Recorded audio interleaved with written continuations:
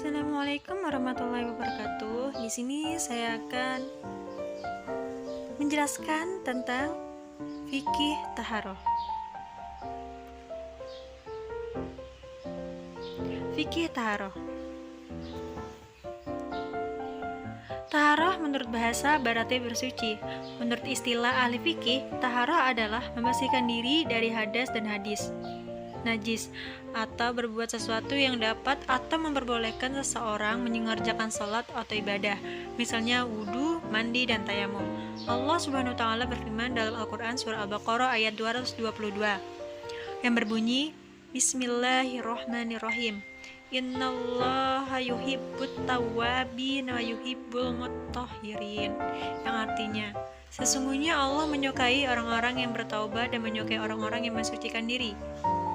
Dalam Islam, taharah berbagi menjadi dua macam, yaitu yang pertama taharah dari hadas, dan yang kedua taharah dari najis. Yang kedua, pengertian hadas dan macam-macam hadas. Hadas adalah kondisi pada diri seseorang yang dianggap tidak suci menurut syara atau agama, karena keadaan tertentu yang berasal dari dirinya yang harus disucikan dengan cara wudhu atau mandi besar. Macam-macam hadas adalah sebagai berikut. Yang pertama, hadas kecil.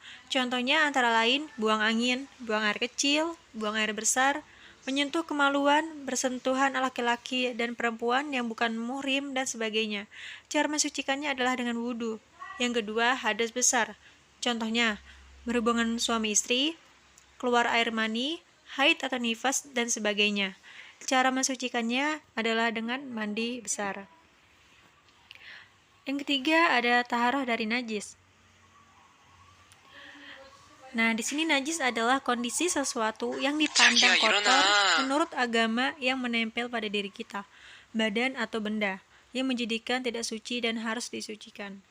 Dari segi tingkatannya, najis terbagi menjadi 3. Yang pertama, najis mukhaffafah atau najis ringan, yaitu najis yang disebabkan oleh kotoran bayi laki-laki yang belum berumur 2 tahun dan masih minum ASI atau air susu ibu. Cara mensucikannya adalah dipercikan air pada tempat yang terkena najis. Yang kedua, najis mutawasitoh atau najis sedang, yaitu najis yang disebabkan oleh darah, nanah, kencing bayi perempuan, semua kotoran yang keluar dari kubuk dan dubur orang dewasa, dan sebagainya. Yang ketiga, najis mughalazoh atau najis berat, yaitu najis yang terkena oleh air liur anjing dan babi.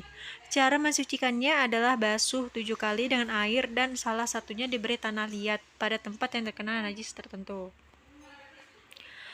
Di sini yang terakhir adalah kesimpulan. Kebersihan yang sempurna menurut syarat tersebut adalah taharoh, merupakan masalah yang sangat penting dalam beragama dan menjadikan pangkal dalam beribadah yang menghantarkan manusia berhubungan dengan Allah SWT atau berbicara kepada Allah SWT. Tidak ada cara bersuci yang lebih baik daripada cara yang dilakukan oleh syariat Islam. Karena syariat Islam menganjurkan manusia mandi dan berwudu, walaupun manusia masih dalam keadaan bersih, tapi ketika hendak melaksanakan sholat dan ibadah-ibadah lainnya yang mengharuskan berwudu, begitu juga dia harus pula membuang kotoran pada diri dan tempat ibadahnya, dan mensucikannya karena kotoran itu sangat menjijikkan bagi manusia. Yang terakhir, biodata saya, itu mungkin bisa dibaca sendiri.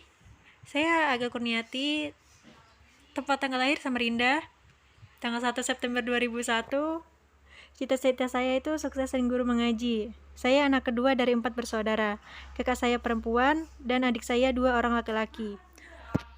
Hobi saya menulis dan membaca buku, dan novel saya juga menulis cerita fantasi di aplikasi Wattpad dan sebagainya. Alasan saya menulis atau membuat modul ini supaya kalian mengerti. Mungkin ada sebagian yang membuat juga, tapi dengan saya membuat ini kalian mengerti betapa pentingnya taharah. Sekian dan terima kasih. Semoga kalian memahami.